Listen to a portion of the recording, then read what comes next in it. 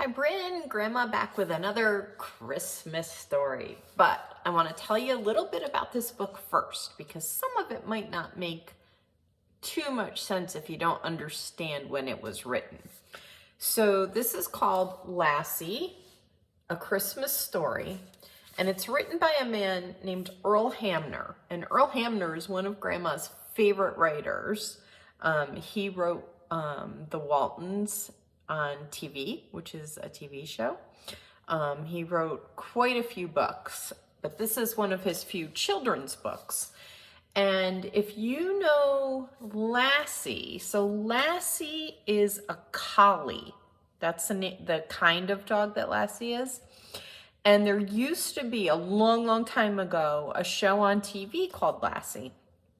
And Lassie belongs to this little boy, and this little boy's name is Timmy, if you can believe, but this is Timmy. And Lassie used to rescue people on every single episode of the show Lassie. And so this is a book about a special rescue that Lassie did, but it doesn't take place in nowadays. It takes place a long time ago when it was before people had TVs in their houses, and it was before people had cell phones, and it was way out in the country in a little tiny town in Vermont, and it happened during a snowstorm. And so there weren't like big ambulances that would come and help people. There weren't like big hospitals and emergency vehicles and things like that. This happened a long time ago out in a tiny little town during a very, very bad snowstorm. The little boy Timmy lives with his mom. His dad passed away when he was very little, so he doesn't have a dad living there. But his grandfather, his mom's dad, lives close to them. So Timmy goes and does a lot of stuff with his grandfather. And so when his mom goes out, he worries a little bit because it's just him and his mom that live alone. He doesn't have any brothers or sisters, and his dad passed away when he was little. And his mom is a veterinarian. She takes care of animals for the little town that they live in Vermont. Maybe your mom and dad could show you on a map where Vermont is, because it's not that far away from New York. So this is a story about a rescue that happened with Lassie on Christmas Eve a long time ago, many years ago. Okay, so here's a picture.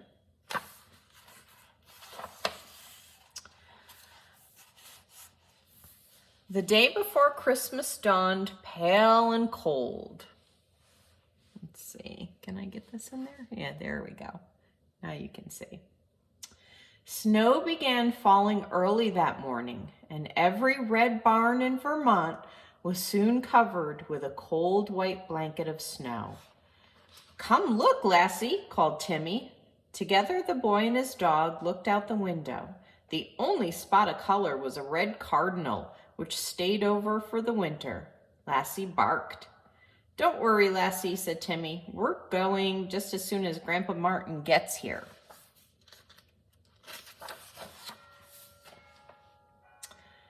"Timmy, Lassie, let's go," called a hearty voice from the yard. Timmy threw on his coat, hat, and scarf and rushed into the kitchen. "Grandpa's taking us to cut down the Christmas tree, Mom," Timmy said. "Would you like to go?" "I sure would," she said, "but Mr. Jones has a sick horse." Ruth Martin, Timmy's mom, was a veterinarian, an animal doctor. She had taken over old Doc Stewart's practice when he decided to retire. Grandpa Martin now lived in an apartment above the veterinary clinic. Lassie and Timmy rushed outside. Timmy got his sled, and off they went with Grandpa Martin. "The day will be over by the time we find that tree," grumbled Grandpa. Timmy knew that Grandpa Martin was only joking, Besides, Timmy and Lassie had picked out the tree they wanted last summer while they were picking blueberries. Lassie loved the snow. She raced ahead of them and back again. Before long, they came to an open field. Rabbit, fox, and beaver tracks told them that others had been there earlier. At one track, Lassie stopped. She gave a low growl of alarm. Grandpa stopped too and looked about anxiously. "What's the matter?" asked Timmy. "Old Scratch has been here," answered Grandpa. Old Scratch was the name of a mountain lion that was well known in that part of Vermont. He had attacked many farm animals and pets. "Did you ever see him, Grandpa?" asked Timmy. "Just once," replied Grandpa. "Biggest cat I ever laid eyes on. Fast, too. Out of sight before I could even raise my gun." "You think he's still around here?" asked Timmy. "Lassie says he is," answered Grandpa. "We'd better keep an eye open for that troublesome cat." "How about that tree?" asked Grandpa, and he pointed to a 5-foot-tall cedar tree which had a pretty shape. "Lassie and I already picked out another one," replied Timmy. They walked deeper into the woods. "There it is," cried Timmy. "That's our tree." Lassie raced on ahead, barking. And when she came close to the tree she and Timmy had selected, she stopped suddenly and growled a warning. "What is it, girl?" asked Timmy. Lassie moved carefully toward the tree. When she barked again, a huge mountain lion bounded out from under the tree. Timmy looked quickly to Grandpa, who nodded. "That's him, Old Scratch." The big cat hissed and snarled as he raised a threatening paw. Lassie stood in front of her friends to protect them. Grandpa shouted, and Old Scratch bounded off into the deepest part of the forest. "Whew, we're lucky Lassie was with us," said Grandpa. "Without her, we could have walked right up on that old cat." Grandpa Martin patted Lassie gratefully. "Now let's get that Christmas tree." It was a 7-foot-tall blue spruce with beautiful brown cones at the end of each branch.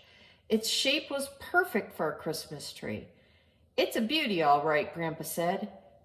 He gave the saw to Timmy, and Timmy set to work sawing the tree. Lassie and Grandpa watched. Soon sawdust sprinkled the snow, and the tree began to lean. When it fell to the ground, Lassie pulled the sled closer. Grandpa and Timmy loaded the tree onto the sled and headed home. When they got back, Grandpa went to his apartment to rest. Timmy's mother had just closed the veterinary clinic for the day. "Oh, that's a beautiful tree," she said. "Mom, we saw Old Scratch," said Timmy. "Oh, I hope you didn't get close," replied his mom. "I once treated a calf that Old Scratch had badly clawed." Lassie, Timmy, and his mother entered the old Vermont farmhouse where they lived. Timmy's mother helped him carry the tree inside. While Timmy fitted the trunk of the tree into the stand, his mother lit the fire in the fireplace. "Turn on the radio, Timmy," said his mother. "They must be singing Christmas carols by now." A choir was singing Silent Night. While the lovely carols were playing, Timmy and his mother decorated the tree. Many of the ornaments had been in the Martin family for many generations. "Oh, look, here's the Christmas bell your father had when he was a boy. It was his favorite." Timmy gave the bell a small shake, and it made a tinkling sound. The ball reminded Timmy of his father, who had died several years ago. Timmy hung the ornament with special care. It reminded him of all the good times he and his father had shared together. As Timmy and his mother decorated the tree, they joined in the singing of the carol. "Silent night, holy night." Lassie raised her voice to join in the singing. "You've got a great bark, Lassie," Timmy said, "but you need some singing lessons." Lassie wagged her tail, and Ruth Martin patted her gently.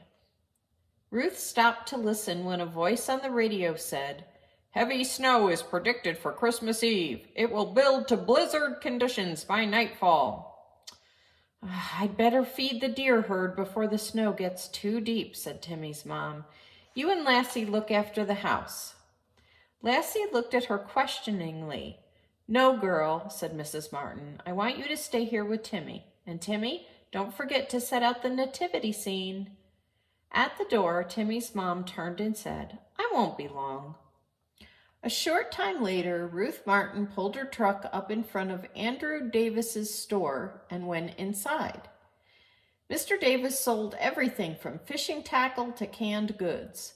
There was a pleasant smell of spices, coffee, evergreens, hard candy, baked goods, cider, and all sorts of odd things.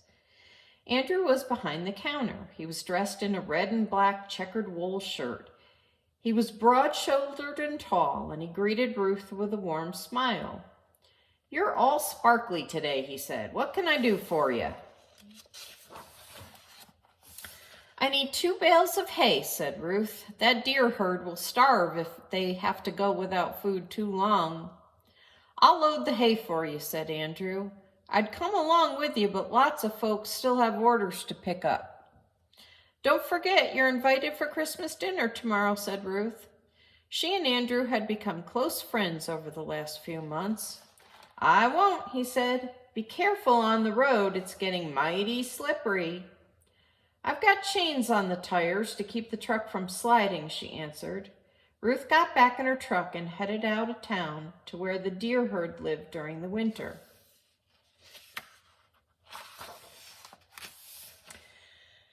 Timmy went to his room and took out something he had hidden away. It was a present that he and Lassie were going to give Timmy's mother for Christmas.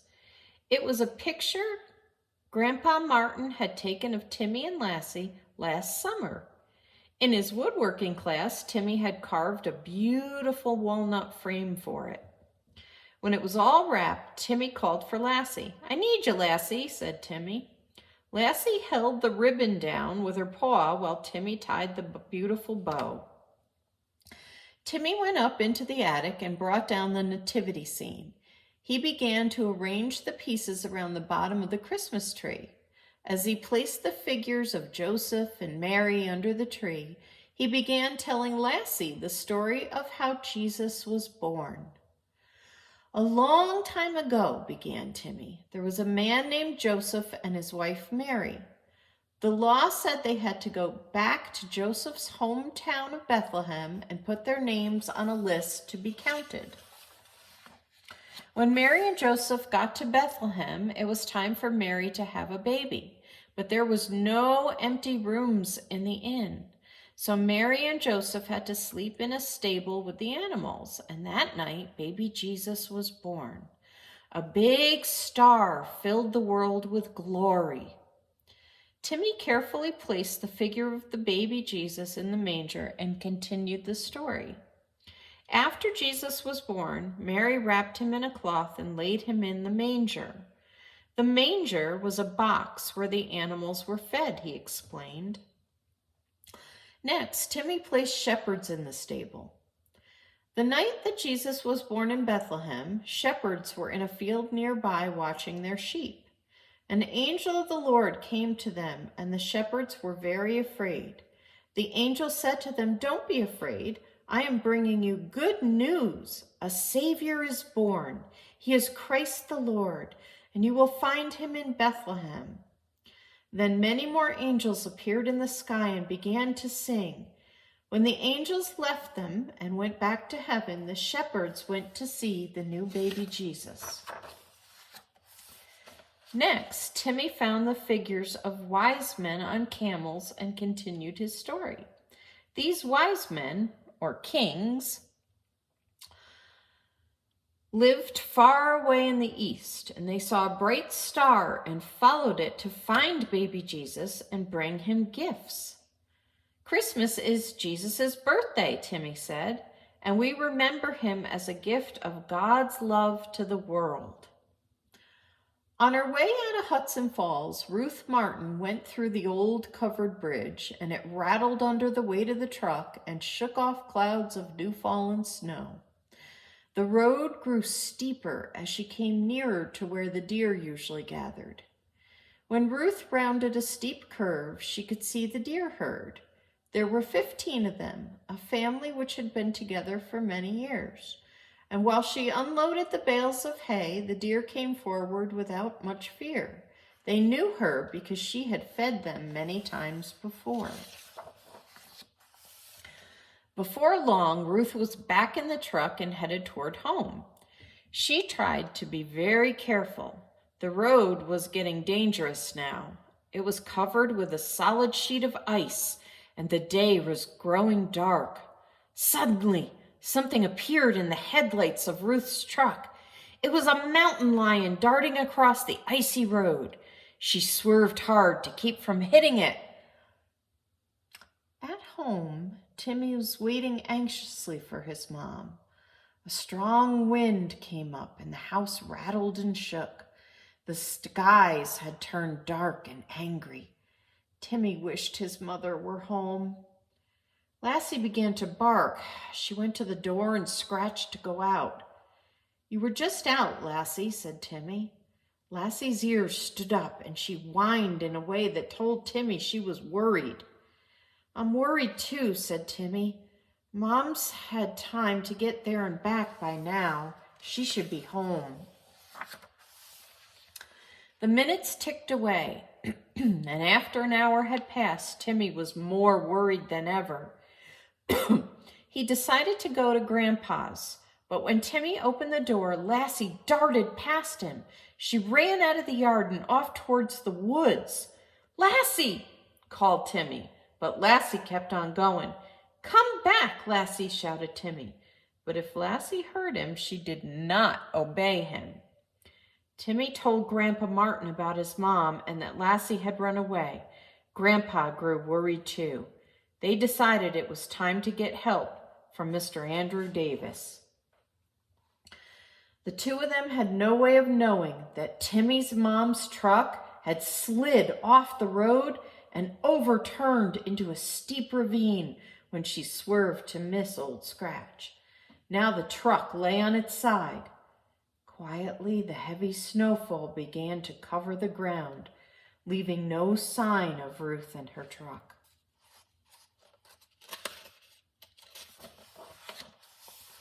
Lassie knew somehow that Ruth was in trouble. That's why she did not go back when Timmy called her. She did not know exactly where Ruth was, so using her keen sense of smell, she followed the road Ruth had taken.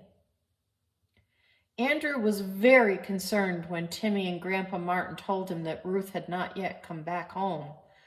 "I think I know where we'll find her," said Andrew. They piled into Andrew's truck and began the drive to where the deer herd lived. The snow grew deeper and deeper. At times the road was so hard to drive on because of the deep snow. When they came to the herd, they found the deer huddled near some evergreen trees. "Your mother's been here," said Andrew, and he pointed out some hay that could still be seen. They searched and searched but couldn't find Ruth. Finally, Timmy said, "Maybe she's home by now." "We'll go see," said Andrew. "Good idea," said Grandpa Martin. Back in Andrew's truck, they passed the steep ravine. They couldn't see Ruth's truck or the tire marks. The snow had covered them up. Lassie was deep in the woods by now. A sense of Ruth's danger had grown stronger and stronger. When Lassie came to the Green Mountain River, she stopped for a moment. She knew there was a bridge 4 miles upriver. She knew it was safer to cross on the bridge, but Lassie also knew it would take too long to go that way. She stepped out on the frozen surface of the river and knew at once the ice was very thin. But still, she kept on going. Suddenly, she heard a loud cracking sound. At the same moment, she fell into the freezing water. She struggled to keep from going under. She had to get back on top of the ice. Each time the edge of the ice in front of her kept breaking. Finally, she found a log which stuck out from the bank. By crawling up on it, she was able to reach the land. As Timmy rode beside Andrew in the truck, he was very worried about his mother and Lassie. Grandpa knew his grandson was worried. "Think good thoughts, Timmy," said Grandpa Martin, putting an arm around Timmy's shoulder. To keep up his courage, Timmy prayed for God to help them find his mother.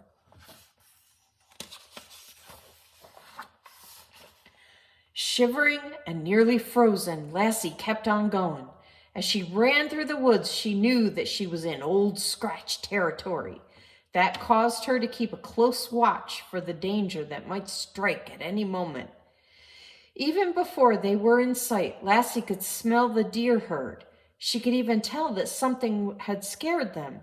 Lassie moved toward the herd carefully. She stayed close to the ground, and then she saw what was scaring the herd. Old Scratch himself. He was after a young fawn. Lassie was there in a flash, barking and growling. The herd ran quickly into the woods. Lassie and Old Scratch rolled over and over in struggle.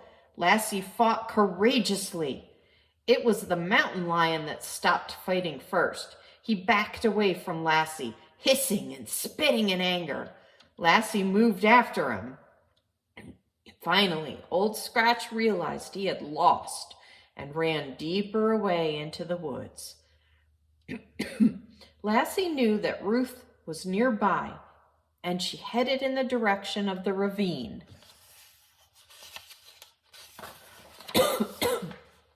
When Lassie came to the edge of the ravine, she plunged down the side of it, tumbling and sliding deep down the steep side. She finally stopped near a large snow-covered mound. She began to dig as fast as she could in the snow. Soon she came to a glass window, and it was Ruth's truck. When the snow was cleared away, Lassie could see Ruth trapped inside. Lassie couldn't tell how badly Ruth was hurt. She tried to get to Ruth, but there was no way, so Lassie ran for help. A search party had gathered to help find Ruth. They heard Lassie bark somewhere in the darkness. "It's Lassie!" cried Grandpa. "Over here, Lassie!" called Timmy. Lassie ran to Timmy and began barking and running back toward the ravine. She came back to Timmy and took him by his sleeve, trying to get him to follow her. "Lassie's telling us something," said Timmy. He and the other searchers followed Lassie as she made her way back to the ravine. Timmy shouted with joy when Lassie led them to the truck, but the minute he saw his mother trapped and hurt, he was very afraid. The search party went to work. Lassie and Timmy helped the others clear away all the snow. Andrew was finally able to open the door and lift Ruth out of the truck. "She's alive," he called out. Using a blanket as a stretcher, they carefully carried Ruth to the top of the ravine. Soon, Ruth was on her way home, where the doctor would meet them there. Back at home, Grandpa patted Lassie fondly. "We all have a better Christmas because of you, Lassie," Andrew said. Timmy was very proud of his collie. It was after midnight when the doctor came out of Ruth's room. "She's going to be just fine," he said. Grandpa yawned and said it had been a long day. As Andrew was leaving, he said to Timmy, "I'll see you tomorrow. Tell your mom I'll bring the turkey and all the fixins." "I guess you'd like to see your mother, young man," said the doctor to Timmy. "Yes, sir, we would," Timmy answered, looking down at Lassie. Timmy and Lassie went into his mother's bedroom. She held out her arms to Timmy, and after they hugged each other, she said, "I should give Lassie a big hug too. She saved my life. Thank you, Lassie." Lassie barked happily. "Oh, we didn't finish decorating the tree," said Timmy's mom sadly. "Lassie and I finished it," said Timmy. "Come see." In the living room, the tree glowed with many bright lights. The fire crackled in the fireplace. The room was warm and cozy. Through the window, a beam of moonlight fell upon the nativity scene. God took care of us tonight, Timmy said to his mother. Yes, Mom, Timmy agreed. He took good care of us all. Merry Christmas, Timmy, she said. Merry Christmas, Mom. Merry Christmas, Lassie, answered Timmy. Lassie barked twice. It was her way of wishing the two of them a Merry Christmas. Ruth pulled aside the curtain at the window.